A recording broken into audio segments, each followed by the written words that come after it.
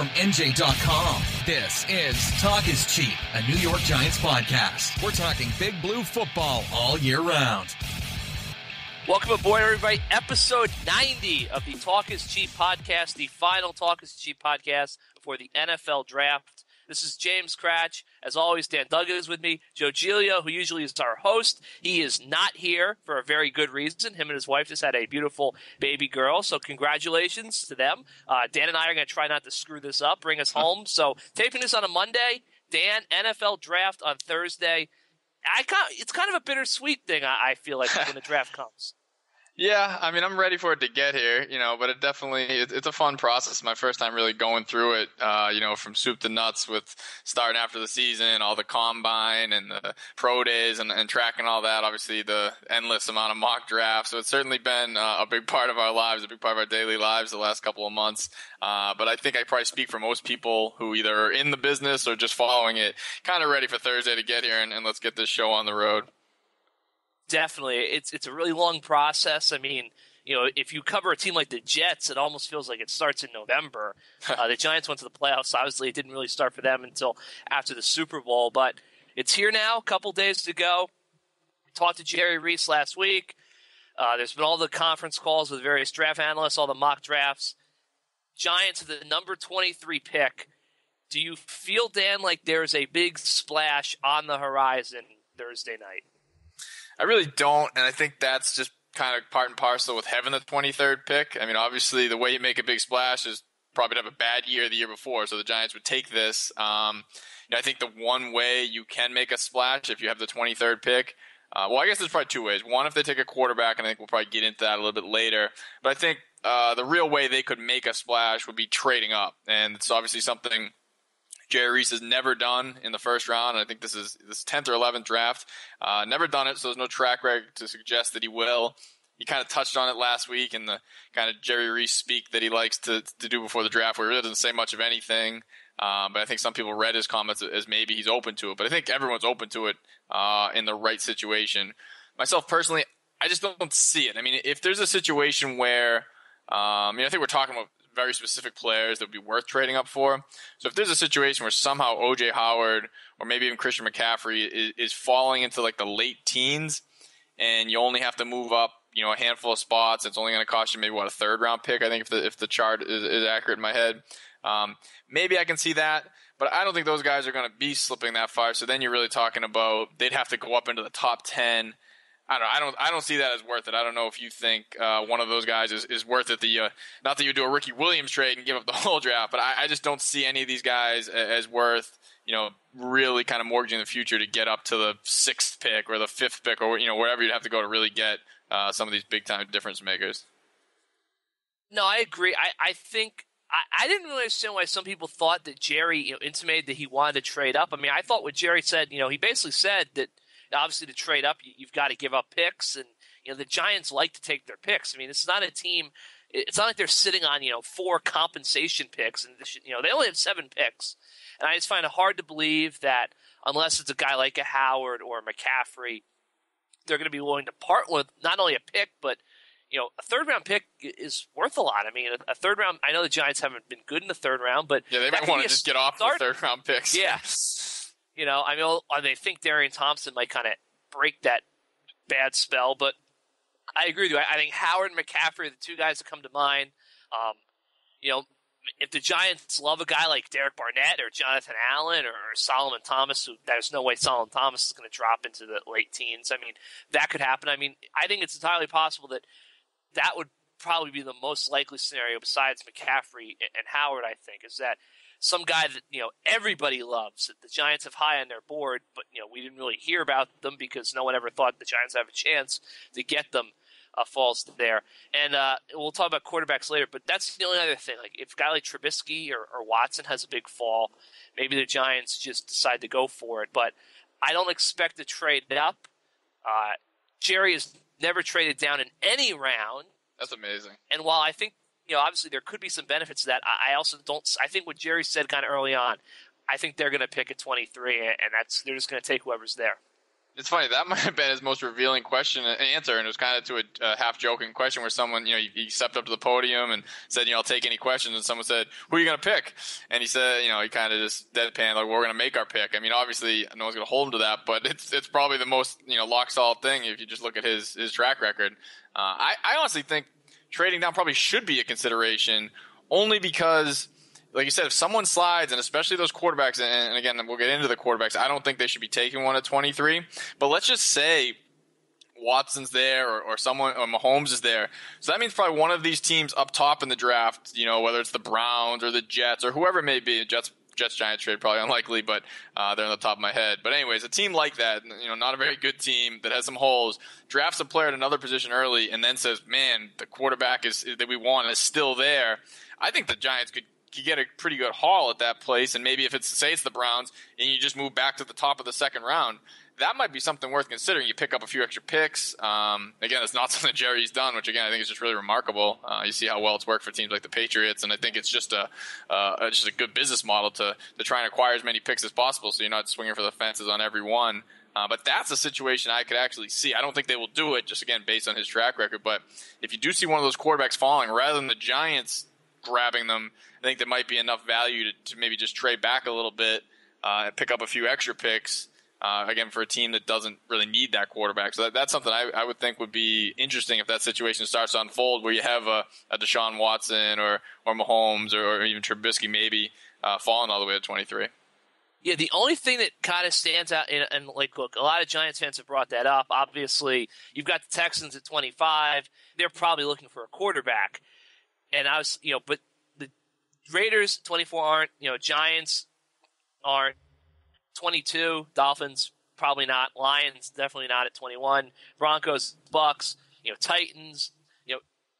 I just feel like the Giants could shop that 23 pick, but I think it would be very easy for a team like Houston that is desperate to then go move up ahead of 23. So I wonder how big of a haul the Giants can get for that pick, just because it would have to be right on the clock, I think. So I think that would be a big factor. I think they're going to have to be nimble. They're going to have to work the phones in crunch time potentially and make some, in-the-fire decisions about what to do with this pick if a trade-down possibility happens. So we touched on it a couple times. Let's just jump right into the quarterback thing. I think the Giants should take one. I don't think you do. So I'll let you start. Where do you stand on the whole quarterback question? Because Jerry, he admitted that he's watched quarterbacks more this year than in the past. He's studied them more, which I guess could be telling, but maybe not. Yeah, I think argument has to break down. There has to be a little bit of a second layer, because I don't think it's all or nothing. I don't think they should take one in the first round by any means. I don't think they should take one in the second round. Pretty much any point for that, I think I'd be okay with it. Obviously, it depends on the player, but if you're getting one in the third round, it's probably someone who's, a solid player. I don't think they're going to reach for a quarterback in the third round if a lot of the top guys are off the board. Maybe your boy Nate Peterman is there in the third round, and I certainly wouldn't object to that because I know it would break your heart. But no, I think if anything after that, if you're talking day 3, I'm not opposed to taking a flyer on if it's a Gerard Evans or a Joshua Dobbs, one of those types of guys who definitely is going to need some time, but I think the guys at the top end are going to need some time. And obviously everything with the Giants is going to be time, because you expect Eli Manning to start every game like he does every year for at least the next year or two, probably 3 to finish out his contract at minimum. Who knows if there's an expiration date. If he kind of bounces back this year, I think the conversation will change a little bit. So my biggest thing is, just don't think this is the year to do it. Not a great quarterback class. None of these guys – it's like just because you take a guy at 23 – doesn't mean he's going to be a good player just because you used a first-round pick. I mean, I did a review a couple of weeks ago. Pretty much those guys from 20 to 32 flop more often than not. I mean, it's not a strong track record of guys. You're not getting an automatic starter at that spot. Obviously, you're not really getting one of the top 10 if you even look at that. So for me, first 2 rounds, they have needs that they can get guys who can step in immediately, help this team win a Super Bowl this year, win a Super Bowl in 2018, and still be good players, for the duration of their careers. Obviously, a quarterback wouldn't help in that endeavor at all.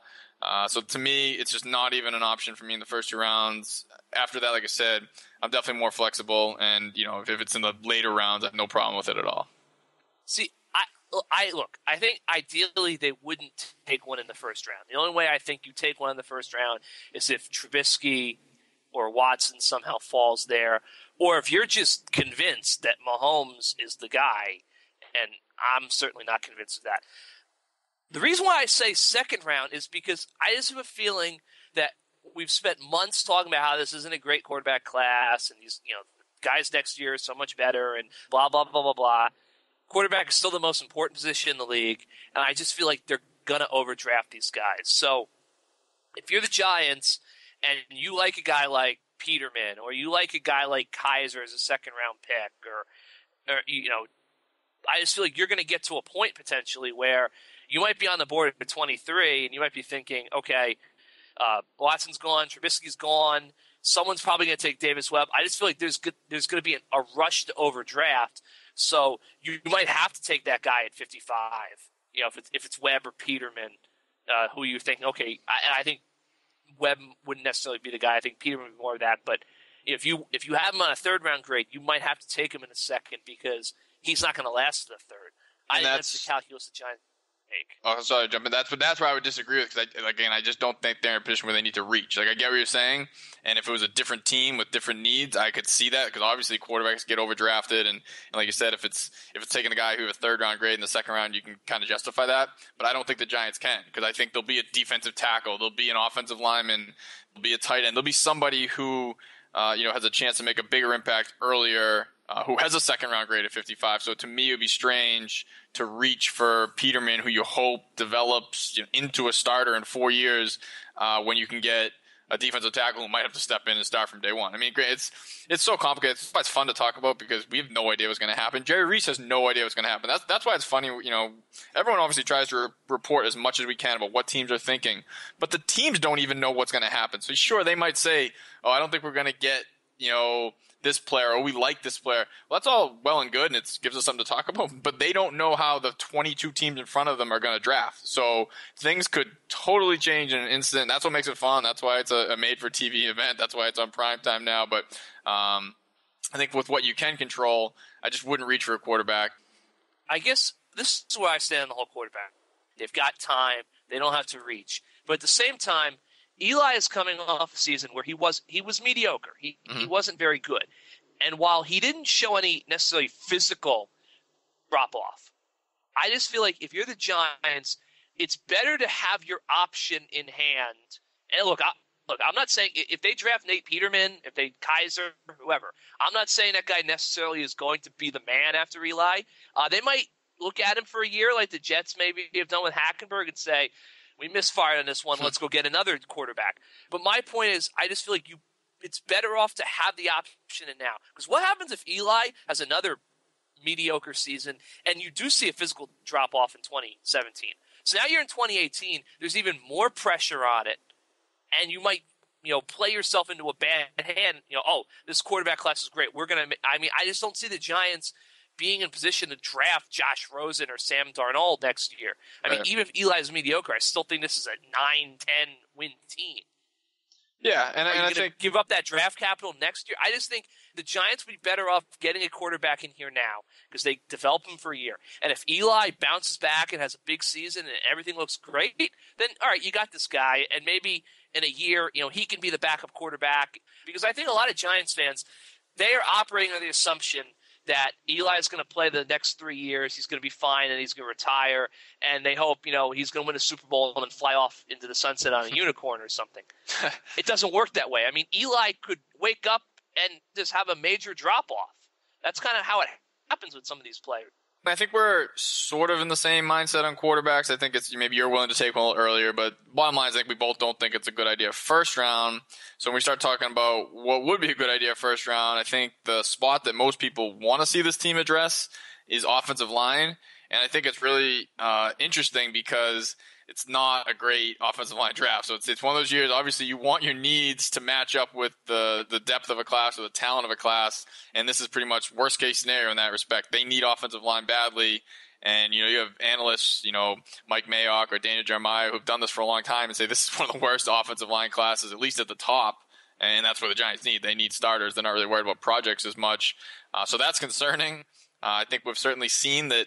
I think the Giants, through some back channels, have been trying to get that message out, and I think probably maybe you can give your hypothesis on why they might be doing that. I guess they don't have our phone numbers, but I think they maybe are trying to cushion the public a little bit, because I think there's a expectation and a demand from the fan base that you need to go draft a left tackle, you need to go draft Eric Flowers' replacement, and then when Jerry Reese, steps up on the podium on Thursday night and explains why they drafted a defensive end or a linebacker, I think they want to kind of soften the blow and let the public know that, listen, we just didn't like the tackles in this class. We didn't think they were upgrades to Eric Flowers.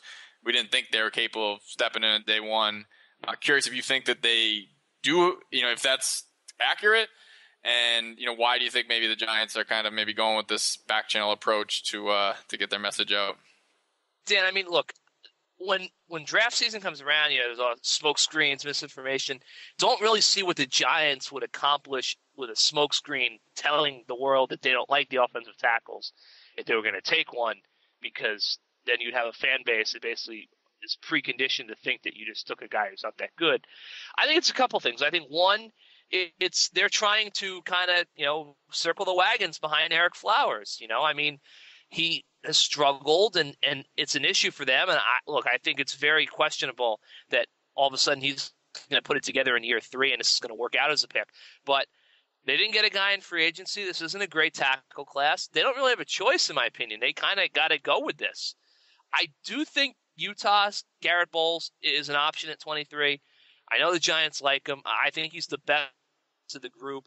So depending on who else is there at 23, I could see Bowles being the pick. Don't expect Bowles to be there just because I think he's the best of the group, and there's going to be teams ahead of him. Broncos at 20 stand out. The Broncos desperately need an offensive lineman. The Seahawks, if they want to move up, they desperately need an offensive lineman. Cam Robinson, I'm a little less sure about the guy from Alabama. Very accomplished career in the SEC. You just see a lot of differing opinions on him. Can he be a left tackle? Can he be a right tackle? Has some off-field concerns. Not 100% sure what the Giants would do. My hunch tells me the Giants would not take him at 23. But if no one else is there, I think they would. Ramchick from Wisconsin, he doesn't have a tremendous amount of high-level college experience. Neither does Bowles. But off-field concerns, how much he is passionate about football. He kind of left football for a time, had a hip surgery, injury concerns. So I just think all things considered, I get why the Giants are trying to kind of distance themselves from the offensive line group, just because I think they want to create a sense of support behind Flowers and also acknowledge that they're not going to get a magic bullet in this draft. But that being said, I do think that if Bowles is there at 23 and some of the other guys they've targeted aren't there, and some of the guys that, there's no big drop guy there, I could see them taking Bowles. But then again, the question becomes, okay, so you have Bowles. Well, I mean, are Flowers and Bowles basically going to alternate tackle spots in the summer to try to figure out who plays where? Or are you going to keep Flowers at left tackle for a year, Bowles at right tackle, what the Giants probably wish they could have done with Flowers, all things considered. They can't control, obviously, that Will Beatty got hurt that year. And then maybe if Flowers is another bad year, then you go to Bowles as the left tackle in 2018. But it's kind of it's a touchy subject, and I think that all things considered, the Giants probably are planning on just not taking an offensive lineman in the first round. And then if you add a guy like Antonio Garcia from Troy in the second round or someone of that sort, you've got a little bit more wiggle room with how to proceed with Flowers. Yeah, so I think that's where they're at. Maybe not going to get an offensive lineman in the first round. Like I said, that's tough because they certainly need it. But maybe you get a guy in the second round who can come in and compete. At least maybe if not push Flowers, maybe win the right tackle job. Maybe be a guy for down the road that can develop a little bit. But that's just not a great situation that they're in right now with needing an offensive lineman and maybe not being able to find one with that first round pick. I know something that you wanted to talk about was just kind of if their options are off the board. And I think it's a little harder to project because at 23, there's so many, almost more options in a way, because if you're like at 5, there might only be 5 guys you really want with that pick, and you have to scramble a little bit more. But let's just say that at 23, some of the top targets we've identified, whether it's Bowles or Jared Davis, or some of these pass rushers that have been linked to the Giants, maybe Hassan Reddick, all those guys. Let's just say McCaffrey, O.J. Howard, Njoku, on down the line. they're all gone somehow, and the needs don't match up to what the Giants have. What do you think is kind of their, emergency break the glass plan? Like, this is what we do at 23 if the top 10 guys we want somehow are all gone. That's a great question. We kind of experienced this last year with Eli Apple, obviously, when Conklin and Leonard Floyd went off the board. I mean, I've said this for a lot of teams, and I keep on coming back to this. I think Jabril Peppers, besides obviously the Jersey connections, he just to me makes sense. I just feel like unless a team has a surefire plan for how to use him, he's going to be one of those guys where you just get in a tight spot in the draft, and some team's going to go, okay, we know this guy has a ton of talent. We know he can do a lot of very different things. He's versatile. Jerry Reese kind of alluded to the fact that he saves you a roster spot or two because he can return kicks and he can play defensive back and he can special teams and maybe he can moonlight on offense. This maybe is a pick like that where they just take a guy like Jabril Peppers and they figure, here's a tool and we're just going to give it to Spags and he's going to find a way to make it work. I also think that any of those pass rushers, those second-tier pass rushers, a Tack McKinley, a Tyus Bowser, maybe even a TJ Watt, although I think he's more of a 3-4 guy. You just take one of those guys and say, again, we're going to figure out a way to make him work in Steve Spagnuolo's defense. We'll find a way to harness his abilities and use it to better our team. I think that you're more likely to see a pick like that made on the defensive side of the ball than the offensive side of the ball, just because, we've talked about, I don't think they're going to take a guy like Dalvin Cook. I don't think a guy like McCaffrey is necessarily going to drop to them or Leonard Fournette. Wide receiver, I don't know if there's, you could take a guy like, if Corey Davis is there or Mike Williams, but I feel like how is that guy going to get on the field given your receiver situation? I think a cornerback, I can see a cornerback being a fallback plan. I know Giants fans get very upset when you point out that, DRC is 31 and he does have a $9 million cap hit and he only played 66% of the defensive snaps last year. I could see that, it's a great cornerback class. You just take a cornerback and figure that you need 3 and you're not necessarily going to have DRC beyond this year, so you might as well have a guy in the pipeline to step in. So that's what I think the Giants would do. Take a guy like Peppers, who he can do a lot of different things and they'll find a way to make him work. Take one of those pass rushing guys and try to use them in a creative way to, look, I think we've said this multiple times. They need more pass rush production, or just truly go best pick available. And if it's a guy like a cornerback, you just take him. I think cornerback's interesting because I think, we might underestimate how much of a possibility that is. The reason I might hesitate in the first round is because it's such a deep cornerback class.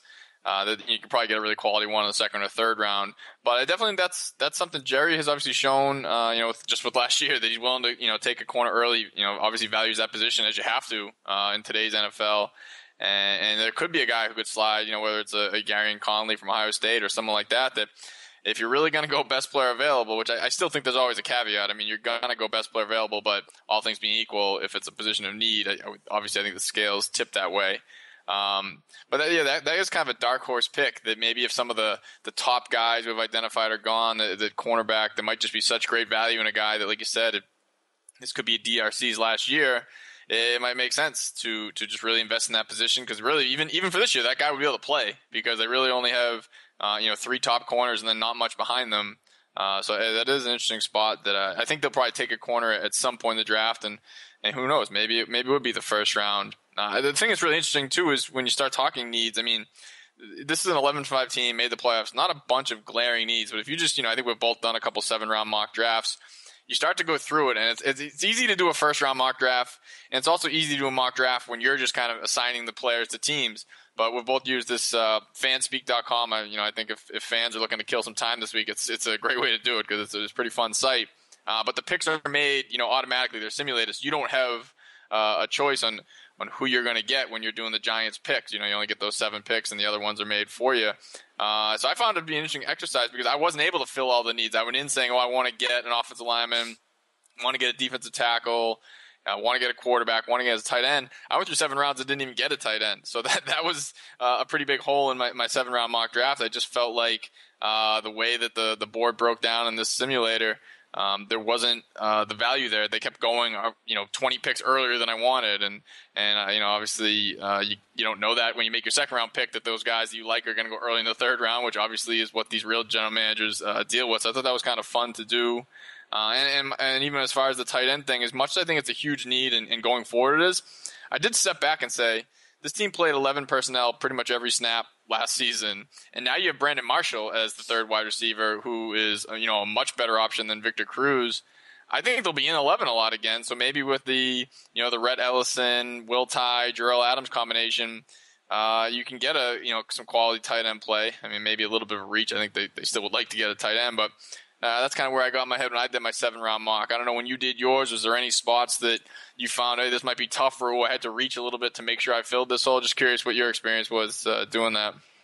Yeah, look, I think definitely tight end, defensive tackle is a group. I mean, I think everyone said, all right, Hankins is gone, they're going to go get a DT high. I mean, it's not a terribly strong defensive tackle. It's not really the lines of scrimmage, not particularly great in this draft. And, obviously the Caleb Brantley, the Florida guy, getting being charged with, basically knocking a woman unconscious, that means he's not going to be in play. And, that's a big blow to already not very strong, position group. I think that all things considered, my guess is that offensive line, I definitely think you're going to get one, but defensive tackle, running back, tight end, I think one of those positions, there's a chance it will not be addressed. Go back to tight end for a second.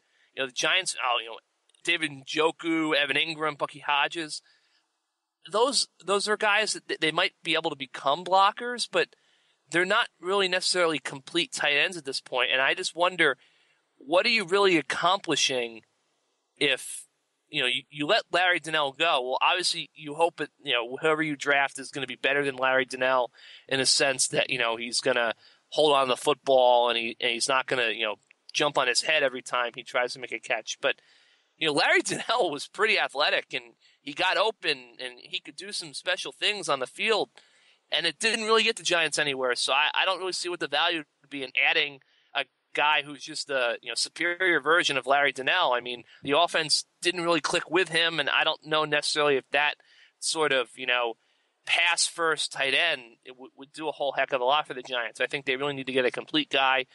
O.J. Howard's obviously the dream guy. Maybe Jake Butt, you take a shot at him in the third round with an injury, but my guess is that defensive tackle will be the really hard spot for the Giants to fill if they really want to try to get an impact guy. If they want to take a guy in the 5th, 6th, 7th round, they shouldn't have an issue there, a raw guy they can develop. But I think there's a very good chance that we're going to come out of this draft and Robert Thomas and Jay Bromley are still going to be the guys next to Snacks for that starting DT job that Hankins has left open.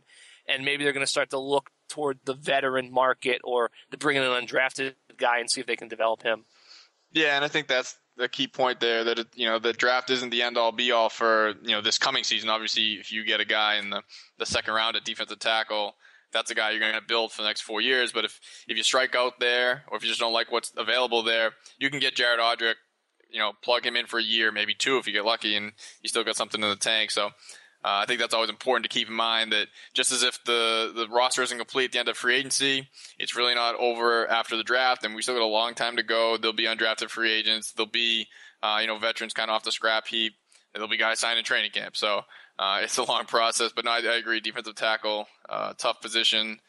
Just not a lot of depth there. But they've also shown that they've been able to find these guys in the second round. Maybe you can go into the third round if Jay Bromley steps up. But it's just not a really year where you're going to get one in the first round, I don't think. So I think maybe the way we can wrap this up is it's kind of what everything's been leading to this point. I think we'll probably write about this even more on the site this week. But so you're on the clock. Again, obviously we don't know who the 22 picks leading up to the Giants are going to be.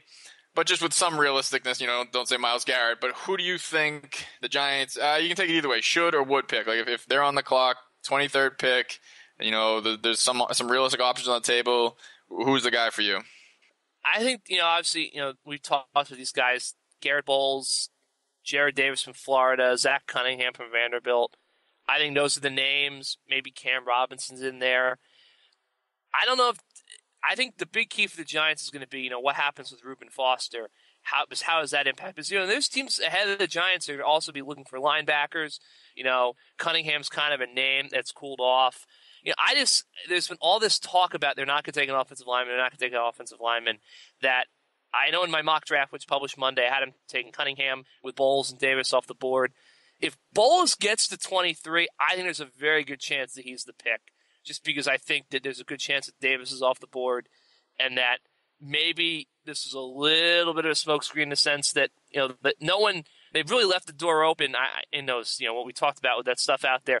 No one's ever said – really challenged Bowles' standing as a first-round caliber tackle. And I don't think it would hurt to bring a guy in like him that could maybe play right tackle to start and then could maybe switch over. So if Bowles is there at 23, I just have a hunch that there's a good chance he's the pick, although I don't think he's necessarily the top target, realistic target for the Giants. Yeah, no, when I did it, it's tough because there's just this kind of group of players. They all play different positions. They all have, some strengths, obviously, but they all have question marks. It wasn't really an easy exercise when I did that mock draft I was talking about earlier. And when I was on the clock, I went with Davis. I passed on Bowles, actually. Tennessee's Derek Barnett had slid. He might be a guy, if I maybe redo the draft, I might reconsider because I think he's going to be a really good player in the NFL.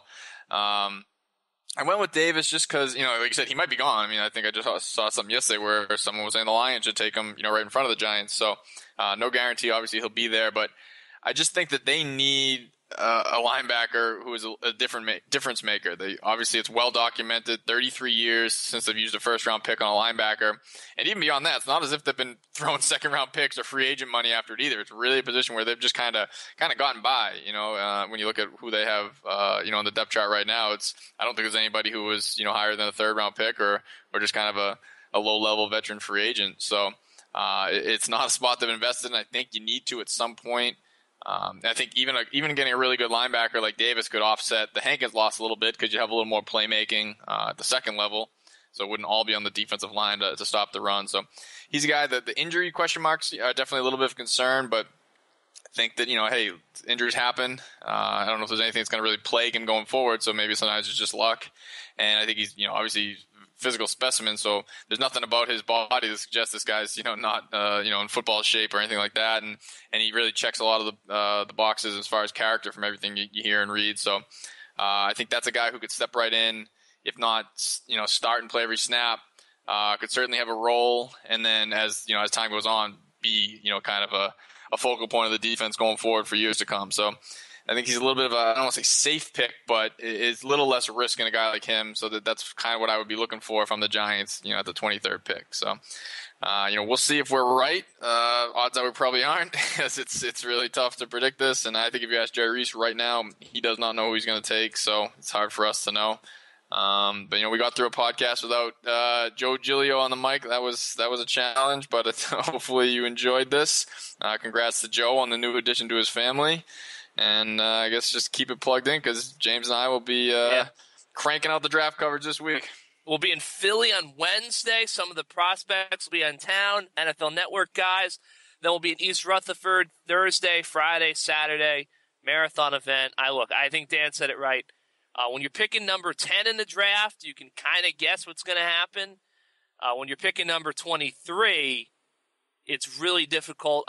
The Giants probably don't know. I just think at this point, the hay's kind of in the barn, and you just got to see what plays out. So, mock draft season's over, and the draft's going to happen, and before we know it, basically the roster will kind of be locked in for 2017, and we'll kind of look forward. So that's it for us here. As always, Dan, thank you.